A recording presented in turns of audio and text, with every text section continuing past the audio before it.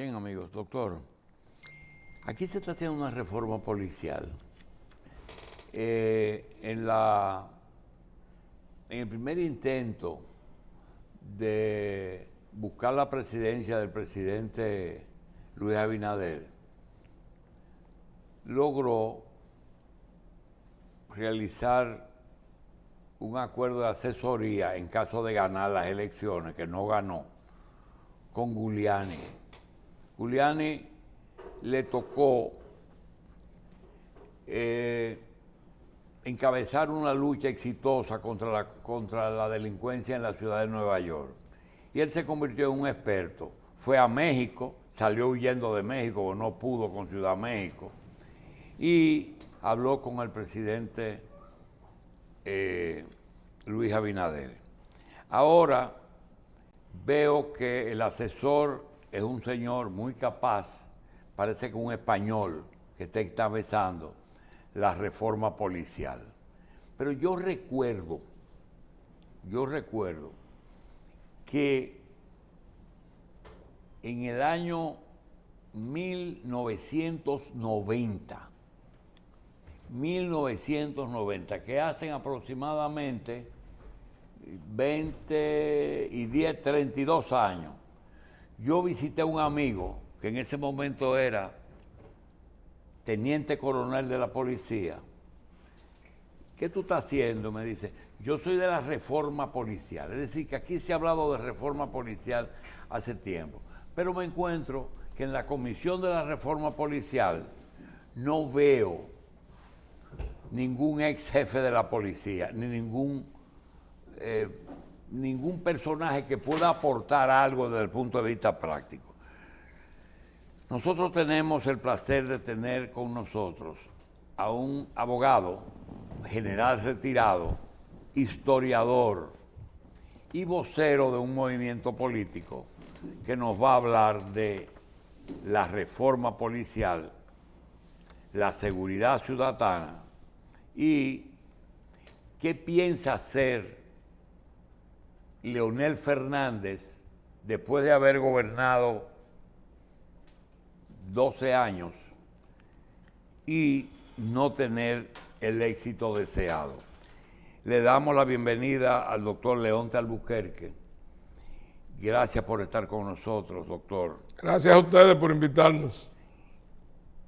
¿Cree realmente que el tema de seguridad ciudadana tiene su solución con una reforma policial o necesita de algo más? Muy buenos días, don Julio. Muchas gracias por su invitación. Para nosotros es un honor compartir con este elenco de glorias del periodismo dominicano aquí en Revista 110. La reforma policial es un componente de la seguridad ciudadana. Pero la seguridad ciudadana implica un conjunto de componentes que van mucho más allá de la reforma.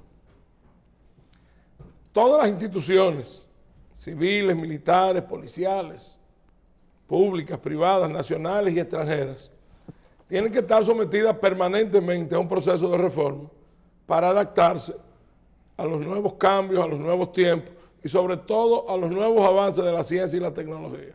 La Policía Nacional como institución no escapa a esa situación. Lo que yo veo que en los últimos años se le ha estado dando un carácter a la reforma policial que no le veo ningún vínculo con la seguridad ciudadana. Hemos visto que cuando ocurren hechos lamentables, como cuando ocurrió la muerte de los pastores en Villa Altagracia, o como cuando ocurrieron recientemente la muerte de algunos jóvenes en destacamentos, de una vez se empieza a hablar de reforma policial. Esos son crímenes de derecho común que yo, que fui durante 8 años director del Cuerpo Jurídico de la Policía Nacional y presidente de la Comisión de Reforma, no les veo ninguna relación con reforma policial.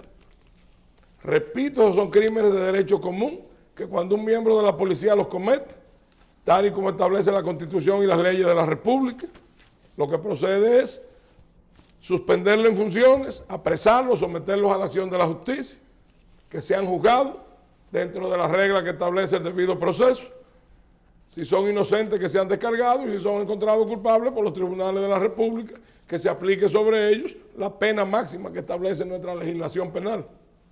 Pero reforma policial es un proceso que tiene que ser permanente, destinado a que la Policía Nacional como institución esté siempre en condiciones de cumplir el rol que le asigna la Constitución de la República. Y la reforma policial no es una cosa que haya que traerla por los cabellos, como hemos visto en los últimos 2 años, que primero trajeron a un norteamericano, después trajeron a un mexicano, después trajeron a un colombiano. ¿Y en qué consistiría entonces? Ahora trajeron a un español, al señor Vila, y hacen una serie de planes que ninguno se ha podido poner en ejecución. Una reforma policial se basa en 4 o 5 puntos fundamentales. El primero es la selección del personal que va a ingresar a la institución. Dándole de baja a los que están. Existe 2 depuraciones, la depuración para ingreso y la depuración permanente, que está a cargo del Departamento de Asuntos Internos. La mayoría del personal que hay en la Policía Nacional, si uno revisa su hoja de servicios, es un personal que no solo está cumpliendo con su deber, sino que está arriesgando y perdiendo su vida, como en los 6 meses que van de este año, menos de 6 meses, que ya han muerto 15 policías en cumplimiento del deber. Y la delincuencia que estamos observando, ¿qué es lo que la está exacerbando? Eso es, el doctor preguntaba al inicio de la entrevista, esa es una manifestación de incapacidad de la policía para controlar ese tipo de situaciones, o tiene que ver con otros asuntos más allá de lo que representa la Policía Nacional. Yo diría que es una mezcla de las dos cosas. La delincuencia a nivel mundial, a través de la historia, entre sus raíces, que son varias, ha tenido la pobreza. La República Dominicana, al igual que la mayoría de los países del mundo, desde hace casi 3 años, está pasando por varias crisis. La primera empezó como una crisis sanitaria, que fue la pandemia del COVID-19, pero con secuelas de crisis económica y social, caracterizada, entre otras cosas, por una pérdida masiva de empleos. Eso hace que los niveles de delincuencia se incrementen. ¿Qué pasa? Que paralelamente al incremento de esos niveles de delincuencia, debe haber un incremento de las actividades preventivas de los cuerpos de policía, cosa que en República Dominicana no se ha logrado, precisamente porque los principales puntos de una reforma policial que sirva como uno de los puntos de sustento de la prevención al delito no se han logrado, porque no se han aplicado los procesos de selección que deben aplicarse para el personal ingresar, no se han aplicado los programas de capacitación permanente, no solo en cuanto a entrenamiento policial, sino en cuanto a educación en valores del personal de la institución, como tampoco se ha aplicado los niveles de logística, porque usted no gana nada con ingresar a un hombre serio, entrenarlo bien, educarlo en valores y tenerlo en la calle si no tiene los medios materiales para cumplir con su trabajo. ¿Qué tiempo tuvo usted en la policía? 42 años. ¿Qué tiempo usted fue parte de la consultoría jurídica? 8 años fui el director. ¿Qué diferencia había cuando la policía tenía más incidencia en la justicia? Es decir, llegó un momento cuando vino la reforma judicial que ya la consultoría jurídica no tenía tanta incidencia en los procesos que enviaba a la justicia. ¿Es así o es un error mío? Cuando se le quitó a la Policía Nacional la función de investigar e instrumental. Pero el policía era juez de querella. No, el policía recibía la querella, calificaba el expediente y lo pasaba a la acción de la justicia. Calificar, usted era juez de querella. Pero al calificar, era un juececito de instrucción. Existían los juzgados de instrucción. Esa era otra etapa, cuando iba a la justicia. No, que era la verdadera etapa, porque era una de las 2 etapas judiciales, que son la etapa de instrucción y la etapa de jurisdicción. Pero quien mandaba la prueba era la policía. Lo que pasa es que el policía hasta ese momento era un oficial investigador. Al transferirle esa función al Ministerio Público, que en ese momento no gozaba de esa experiencia, se cometieron muchísimos fallos. Y la policía ahora es auxiliar del Ministerio Público. No, auxiliar de la justicia hemos sido siempre, toda la vida. Lo que pasa es que ahora mismo el Ministerio Público es quien hace la investigación y dirige la investigación. Ya prácticamente el policía se limita única y exclusivamente a cumplir las órdenes que da el Ministerio Público en cuanto a la persecución y detención de los delincuentes. Doctor, yo no quiero desviarlo del tema que usted llevaba, pero ya hemos dicho aquí que la reforma policial da por descontado que toda información proveniente de ex militares, de ex policías y de ex jefes policiales no tiene validez. ¿Por qué? Porque no hay ningún ex jefe policial ni ningún ex policía formando parte de esa comisión ni aportando experiencia. ¿Por qué? Eso es algo que yo particularmente he criticado mucho, porque tratar de hacer una reforma al sistema de salud sin que ningún médico participe, yo creo que eso es imposible.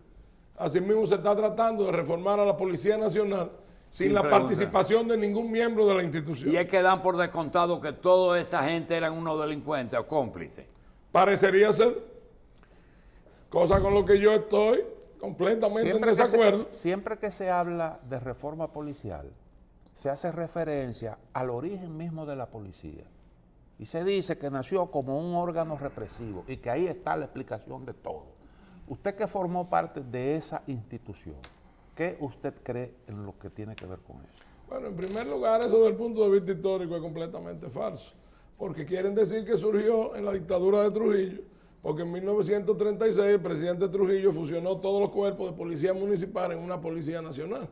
Pero mucho antes de que Trujillo asumiera el poder, en 1930, la policía era nacional. Sí, pero lo que están No, diciendo... que posteriormente la hicieron municipal y luego la lo que usted volvieron a está hacer diciendo, nacional. doctor, yo quiero decir lo siguiente. Cuando Trujillo, la policía tenía quizás un sector que se encargaba de política, pero la policía no era política. La policía tenía sus departamentos que se especializaban en determinados delitos. No era verdad que toda la policía eran calieses y eran del DNI, eran del Servicio de Inteligencia. No es así. La policía de Trujillo... Y un cabo era un verdadero No, jefe. yo te puedo decir, nosotros tenemos... es más, quien politizó la policía aquí con el servicio secreto fue la Alianza para el Progreso, que creó, que trajo asesores políticos y ¿fue o no? Usted no quiere problemas, pero Dan ¿es o no? Mitriones y demás. Ya Cuando estamos dan en la vida Mitriones civil, y fue- ya estamos en la vida civil en pleno uso de nuestros Ya derechos usted puede decir políticos, lo que le dé la gana. siempre y cuando esté enmarcado dentro de la ley y el respeto a los demás. Doctor, y la cantidad de casos que uno ve y siempre hay un grupo de policías de una forma u otra envueltos. Si nos llegan 10 casos, tú siempre ves que, mira, todavía siempre un policía implicado o fueron 2 policías aparte de eso. Es que es tan grande, nosotros siempre hemos dicho que hay policías honestos y siempre hay de todo, pero es que hay tantos policías corruptos en este momento. Yo no diría que hay policías corruptos. Yo vuelvo y repito, el punto número 1 de una reforma policial y de una policía que funcione correctamente es la selección del personal que va a ingresar. No es que hay policías corruptos, es que hay delincuentes civiles que se infiltran en la policía. ¿Por qué? Porque hasta hace unos años la Policía Nacional tuvo un sistema de selección y depuración muy bueno, que consistía en que no solo se le exigía al ciudadano cuando solicitaba ingreso, como se le exige hoy, el papel de buena conducta. Porque hay personas que han cometido 2 o 3 delitos, pero nunca han estado detenidos. Pero ustedes no depuraban la delincuencia, ustedes depuraban la afiliación política. Yo recuerdo que visitando a un jefe de personal y orden que tenía como nombre Melitón Valderas, yo le oí impartir, me dice, excúseme, que yo lo estaba visitando. Mire, mande los telegramas a los aspirantes a policías, mándelo a sus campos.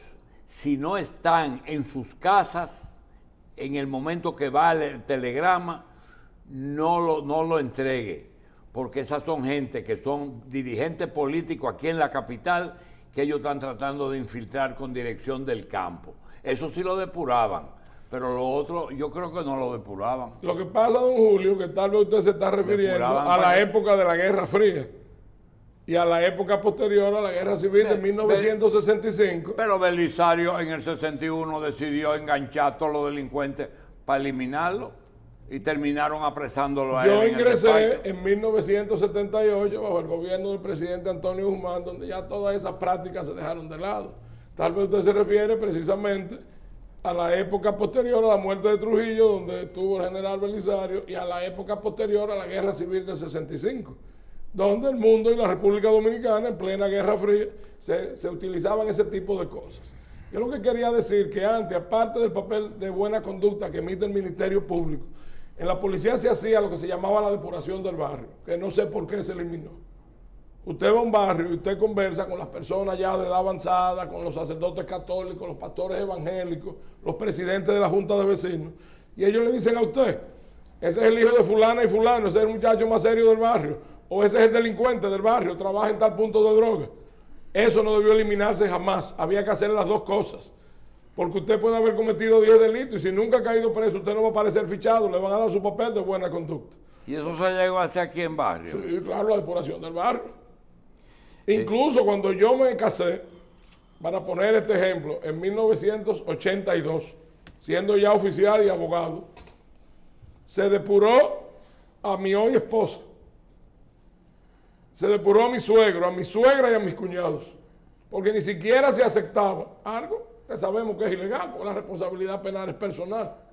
Si uno estaba directamente vinculado a una familia donde había delincuentes, tampoco se aceptaba el ingreso. y en la Policía Nacional existe algún departamento, asuntos internos o alguna división que no pueda investigar un caso con relación a un policía, caso determinado, una acción, sino que pueda sentarse y decir, vamos a investigar, por ejemplo, el patrimonio de los policías y los militares. Un ejemplo, policías. La gran cantidad de policías que no viven acorde con los ingresos que reciben ellos y su familia. Y eso nada más hay que verlo a todos los niveles. Tú coges un policía y dices, ¿cuánto paga de casa, cuánto paga de colegio, qué vehículo tiene, de dónde lo sacó? Ese departamento no existe ni en la reforma ni en la policía existente. Existen dos departamentos en vez de uno. Esas funciones están a cargo no solo de la Dirección de Asuntos Internos, sino también de la Inspectoría General. Lo que pasa es que hay muchas confusiones también en ese sentido. Yo se lo digo porque la Dirección de Asuntos Legales, que yo dirigí durante 8 años, trabaja junto con la Inspectoría y junto con Asuntos Internos. Se habla mucho de generales, de oficiales, de policías millonarios, y es al revés. Aquí hay muchos millonarios que son miembros de la policía. Entre ellos el director de tal vez la compañía de cine más grande del país. O sea, es posible que algunas personas, así, a partir de esto que usted dice, que decidan que Archie puedan López, ser Archie López. asimilados Es policía. o que prefieren algún tipo de relación ya como miembros de la institución, luego de que han como un respaldo a sus actividades económicas. No, lo que pasa es que en la policía Es policía. existen diferentes estatus. Los miembros son policías y asimilados, pero existen profesionales que prestan servicios de su área, que son los igualados, Ajá. y existen los asimilados honoríficos, que no tienen sueldo ni tienen funciones. ¿Eso ha sido siempre así Eso- o es un invento No, reciente? no, eso desde que yo tengo memoria, eso ha sido así. Son personas honorables, Sí. profesionales, empresarios, periodistas, que la institución le da ese estatus precisamente por ser personas honorables de la sociedad, Sí. como una consideración. por su colaboración con la policía en la prevención y el combate a la delincuencia. Vámonos al perfil del aspirante a policía. ¿Quién es el que regularmente es un contrasentido que una persona que quizás no tenga un nivel de instrucción, de educación adecuada, pueda tener en sus manos en algún momento decidir sobre la vida o la muerte de una persona que tiene al frente, sin importar el hecho que haya cometido? Entonces, ¿tenemos fallas?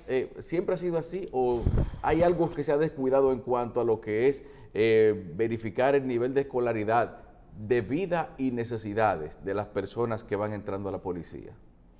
En primer lugar, déjenme hacer dos aclaraciones. Ese es otro tema con el cual hay mucha confusión. Se habla de los bajos niveles de preparación del personal de la policía. Se habla del que no da para otra cosa que se mete a policía. No, eso es completamente falso. Completamente falso. Porque así como tenemos a uno de los ciudadanos dominicanos honorables, que es don Archie López, en la institución, yo le puedo mencionar a usted al general Romaldo Fermín, médico, odontólogo, Sí. propietario y rector de 2 universidades. Yo que dirigí el cuerpo jurídico, nada más en el área jurídica, y yo salí de ese cargo hace 10 años. Cuando yo salí, el cuerpo jurídico tenía 2.000 abogados.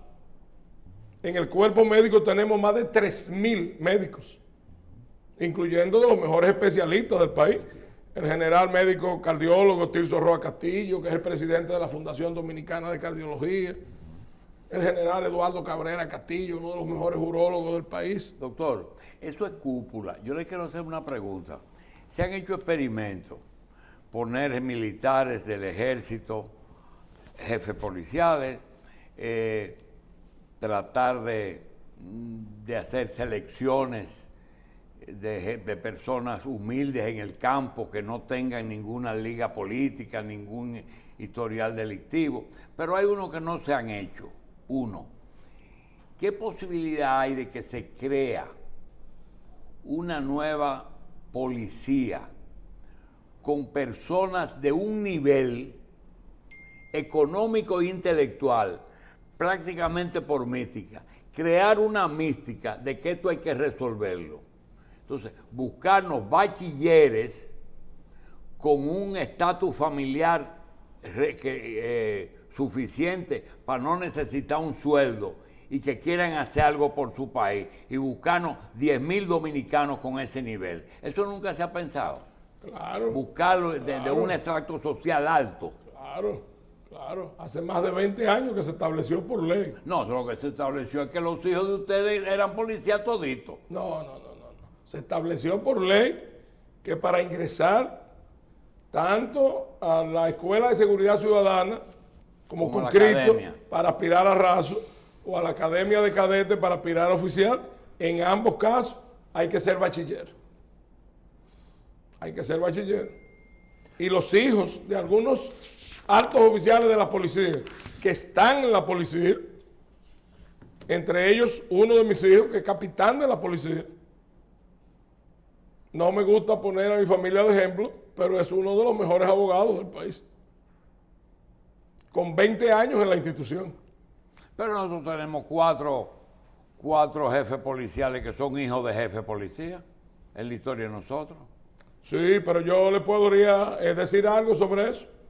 Mucha gente puede decir, por ejemplo, el general Guzmán Fermín, para poner un ejemplo, fue jefe de la policía. Y Morillo Y López. es hijo de un ex jefe de la policía. Y El general Morillo Guzmán López Fermín lo mismo. Y es militar. Hermida. Son 3 que le El dije general rápido Guzmán ahí. Fermín es egresado de la Academia de Policía Dominicana, de la Academia de Policía de Chile, los Carabineros, una de las mejores policías del mundo. Es egresado del FBI de los Estados Unidos y del Colegio Fuchinkan de China Nacionalista. Y aparte de su carrera militar, es abogado, es ingeniero civil y es economista. Entonces no está en esa posición que desempeñó, ni llegó a general por ser hijo del general Guzmán Acosta. ¿Hizo algo para mejorar la policía?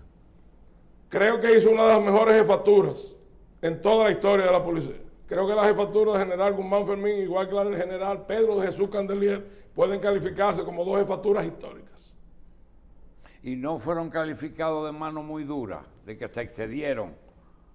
Aquí vino un embajador americano que dijo, una de mis 3 funciones es el lograr que destituyan a Candelier porque es muy violador de derechos humanos. Sí, la pena es que ese embajador, cuando 100 policías norteamericanos masacraron a Ronnie King, Sí, no hiciera eso mismo.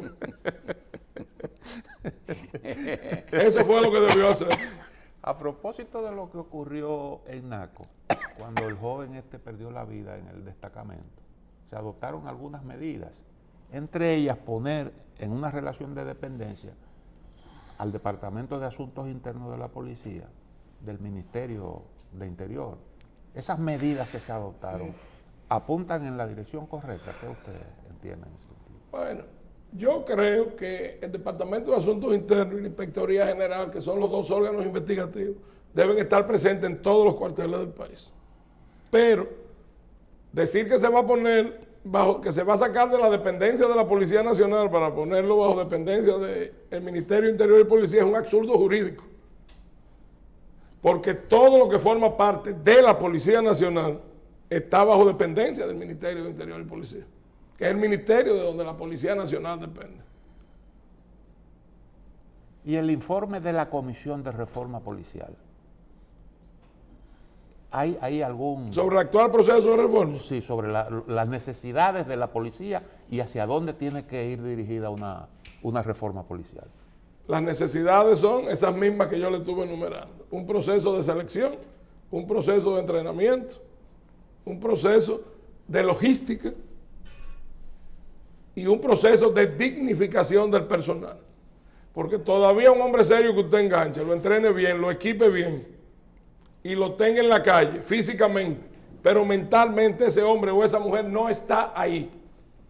Porque lo que está pensando es en 8 o 10 muchachos que tienen en su casa pasando hambre, con un sueldo de miseria de 10,000 pesos, donde hay funcionarios del Estado que ganan 1 millón y 2 millones de pesos de sueldo. Así jamás se va a tener la policía que el país necesita. Doctor, mire, la despolitización, la selección por barrio, la academia, no ha podido resolver el problema de la policía. De la policía, no de la delincuencia. Quedan 2 preguntas. Si la policía no es más que parte de este pueblo, es decir, nosotros no vamos a Suiza a buscar policías, son parte de este pueblo.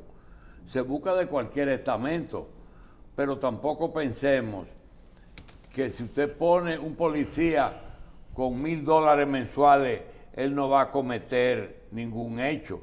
Decíamos hace un rato, antes de usted venir, que si un militar, no necesariamente un policía, está depuesto en la frontera y vienen 5 haitianos, 5 chinos y le dicen, mira, aquí hay $2,500, 500 por cada uno, déjenos pasar.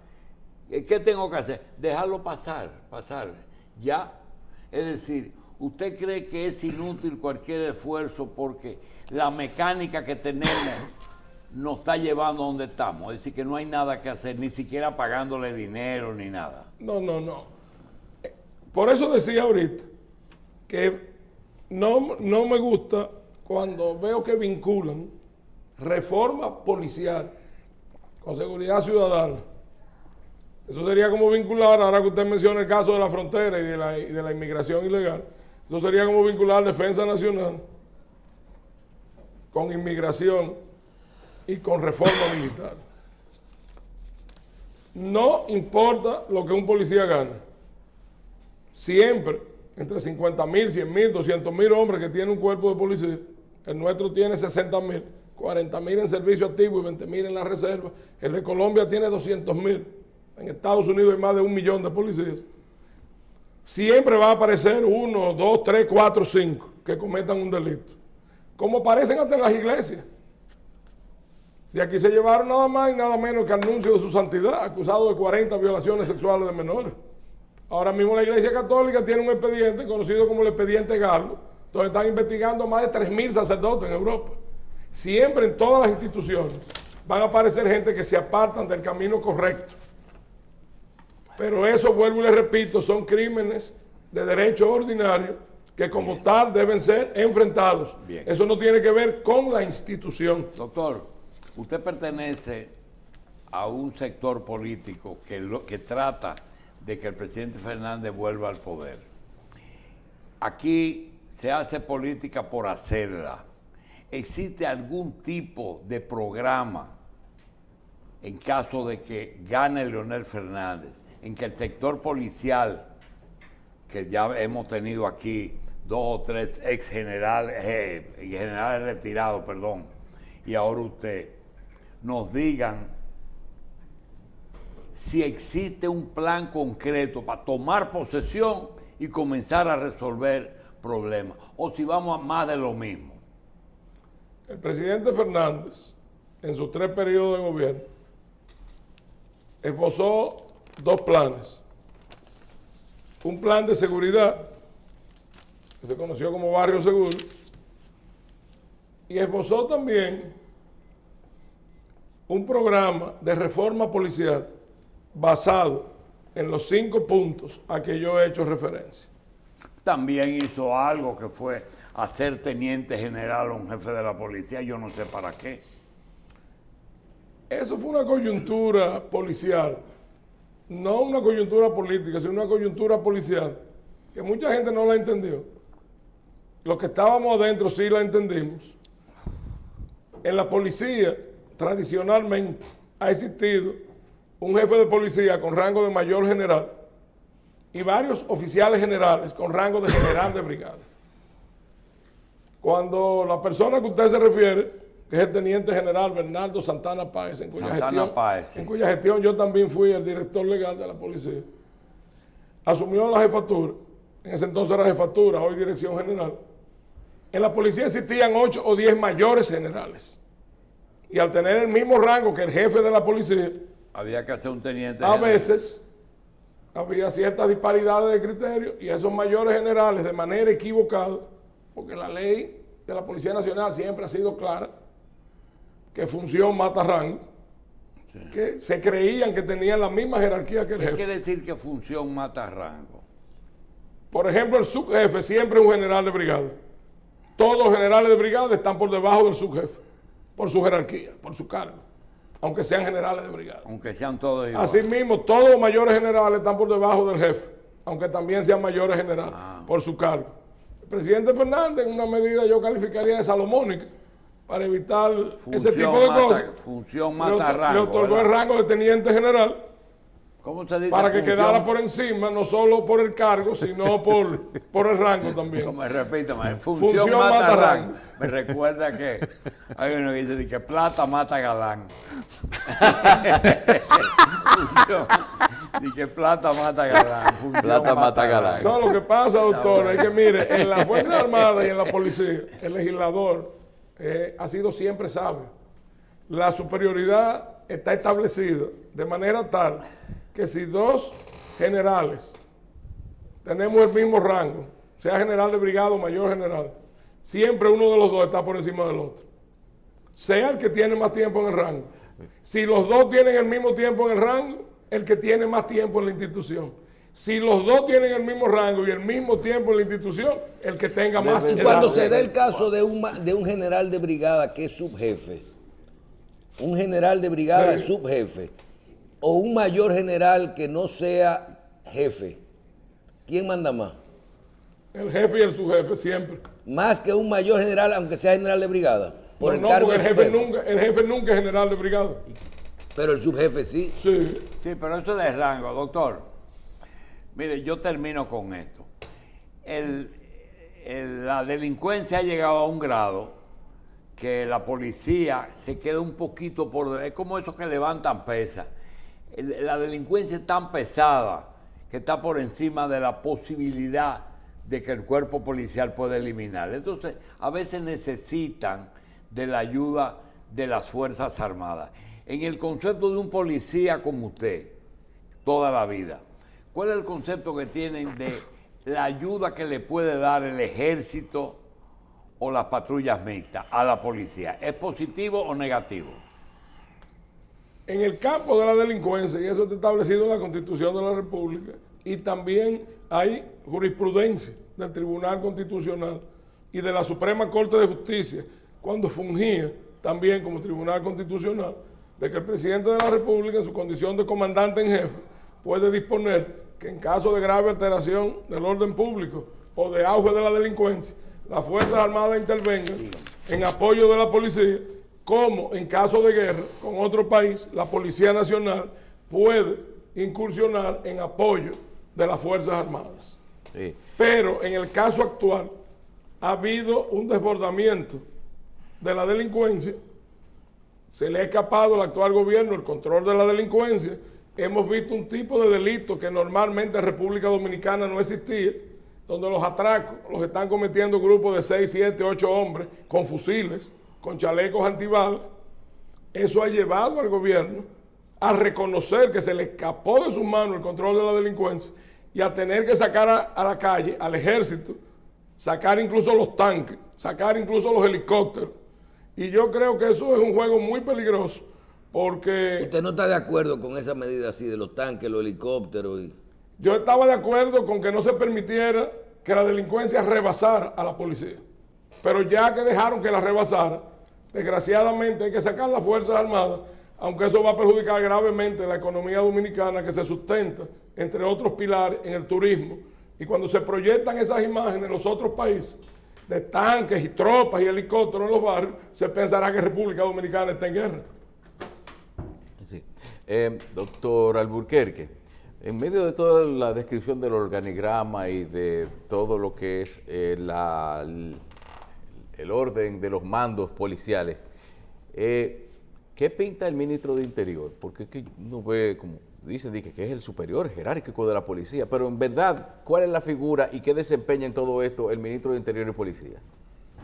Todas las instituciones del Estado, civiles y militares, dependen de un ministerio. La Policía Nacional depende del Ministerio de Interior y Policía. La ley orgánica de la Policía Nacional, la ley 590 y todas sus leyes antecesoras siempre han sido claras. El ministro de Interior y Policía es la máxima autoridad en materia administrativa. El director general de la Policía Nacional es la máxima autoridad en cuestiones de mando. Y el presidente de la República, como comandante en jefe, es la máxima autoridad, tanto en materia administrativa ¿Quién traza como en materia de mando. la política, Interior y Policía o el jefe de la policía? Las políticas públicas de seguridad ciudadana las traza el Ministerio de Interior y Policía. Entonces no es en materia de administrativa, doctor. No, las políticas. Pero las políticas, después de trazadas, hay que ejecutarlas. Y para ejecutarlas, todo el personal de la policía a nivel nacional tiene que recibir órdenes. Una persona que no es policía, que no conoce la materia policial, la organización policial, los rangos policiales, la disciplina policial, no puede dar esas órdenes, como no podría una persona que no es médico en una sala de cirugía, en medio de una cirugía, darle instrucciones a los otros médicos y a las enfermeras. Y la relación policía-ministerio público, ¿cómo han sido? Hay quienes entienden como que en determinados aspectos compiten, lo que tiene que ver con investigación. ¿Cuál fue su experiencia? No, se habla de competencia entre la policía y el Ministerio Público, después que la función de investigación y dirección de la investigación se le dio al Ministerio Público. Pero eso realmente son cosas que dicen algunas personas. Yo particularmente, en los 8 años que me tocó ser director del Cuerpo Jurídico, estando en la Procuraduría General, el doctor Domínguez Brito, el doctor Radamés Jiménez, nunca vi ningún tipo de fricción y la cooperación fue siempre de doble vía. Igualmente con el Ministerio de Interior y Policía. Tanto con el doctor Franklin Almeida, que era el ministro de Interior cuando yo estuve en la dirección legal, la cooperación y el respeto fue 100%. ¿Y qué pasó con ese plan de lucha contra la delincuencia, Barrio Seguro y eso que se trabajó? El problema es que en República Dominicana la institucionalidad a veces es un poco débil, a veces hasta principios constitucionales, como el principio de continuidad del Estado, no se lleva a cabalidad. Y muchas veces cuando hay cambios, no solo de gobierno, sino a veces basta un cambio de ministerio o de jefatura, a veces quieren dejar atrás lo que se encontró. Y lo que se encontró, si es bueno, lo que hay que seguirlo, aparte de la obligación constitucional, del principio de continuidad del Estado. Ahora, si se encontró algo que no se considera que está 100% correcto, todas las medidas, incluso las leyes y hasta la Constitución, están sujetas a revisión. Pero la misma Constitución y las mismas leyes establecen los procedimientos legales para esas revisiones y esas modificaciones. Doctor, finalmente de mi parte, saliendo un poquito de la parte policial, esas plataformas de partidos que están apoyando en este momento y movimientos a la fuerza del pueblo, ¿hay un grupo de policías que son parte de ellas? La coalición... De policías retirados que son parte de ellas. Sí, a eso voy. La coalición Ganaremos, que es la gran alianza nacional por la renovación económica y social, cuyas siglas son Ganaremos, que fundó el doctor José Fran Peña Guagua, uno de los más grandes estrategas políticos de la historia política dominicana. Fue el fundador del bloque progresista, que coayudó a 5 victorias electorales del presidente Fernández y del presidente Danilo. Fue fundador de la coalición Juntos Podemos, que coayudó a la victoria del actual partido de gobierno, llevando a 17 partidos políticos aliados al PRM en 24 provincias y 75 municipios. El doctor José Fran Peña Guagua y un grupo de cerca de 1000 dirigentes políticos hemos fundado la coalición Ganaremos, con organización a nivel nacional, en todas las regiones. Que usted es su vocero. Yo soy vocero tanto de la Fuerza del Pueblo como de la coalición Ganaremos. Y en este momento, ¿cuántos partidos o movimientos ya se han integrado? La gente tiene una confusión con lo de los partidos. Sí, porque yo vi 9 partidos, después nada más fueron 6, unos movimientos. Entendí el día de la actividad. No. En el acto que se celebró en el Hotel Lina. Y Leonel no fue, o que no tenía que ir, después me dijeron que no se estila que él vaya. No se estila que la persona en cuyo apoyo se está organizando la coalición asista. Estuvo presente la Fuerza del Pueblo, que es uno de los partidos mayoritarios del país. Estuvo presente el bloque institucional, que es la cabeza de la coalición, y que en base a los resultados electorales de las diferentes elecciones anteriores podemos decir que es el partido mayoritario entre los partidos emergentes. Hubo delegaciones de casi todos los partidos, empezando por el Partido Reformista Social Cristiano, representado por el doctor Aristide Fernández Succo, que estaba sentado a mi lado, por cierto, en la mesa presidencial. El Chato. Cariñosamente el Chato, mi compañero de estudio del bachillerato.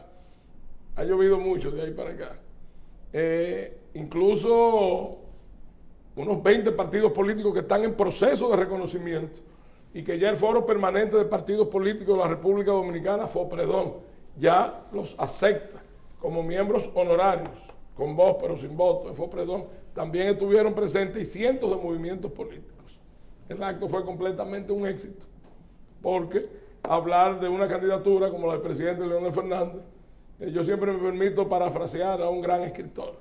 Hablar de una candidatura del presidente Leonel Fernández es la crónica de un triunfo anunciado. Bien. Doctor, gracias. A su orden. Doctor Leonte Alburquerque, general retirado, abogado, historiador y vocero del movimiento de apoyo Ganaremos. Gracias por estar con nosotros y pausamos.